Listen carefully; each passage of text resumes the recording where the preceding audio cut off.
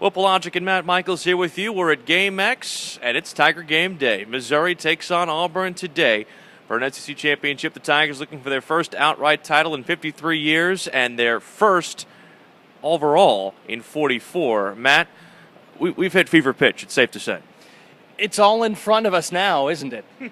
We're here. We're at Game X. We're ready to go. The Tigers are ready to go. They got in town a little bit late yesterday because of some mechanical problems, or the plane at least wasn't able to get its wheels off the ground in time. So they scrapped their walk-through practice time.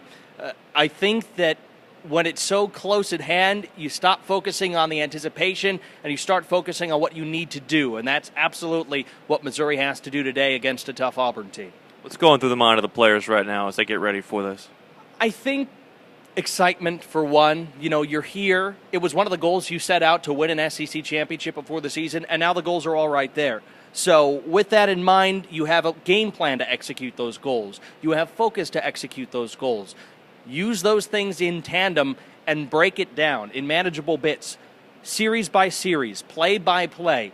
That's going to be the way to handle a big environment like this inside the Georgia Dome with 70,000-plus screaming fans. The thing that gets me about Missouri is that they've probably won in more ways than Auburn has this year. And, you know, Auburn could be 8-4 right now. They could be sitting and waiting for the Chick-fil-A Bowl or another of that ilk. It seems to me that Missouri, at least the 11 wins that they have on the schedule, more convincing than Auburn's, because especially the last 2 weeks, they had some good fortune come their way. And I know you make your own luck, but it seems to me like Missouri is the team that if you look at them and you look at their body of work, they're closer to being undefeated than they are where they currently are. Well, I think that Auburn has found ways to win games, too. They've just been highly improbable, and some would even say lucky. But guess what?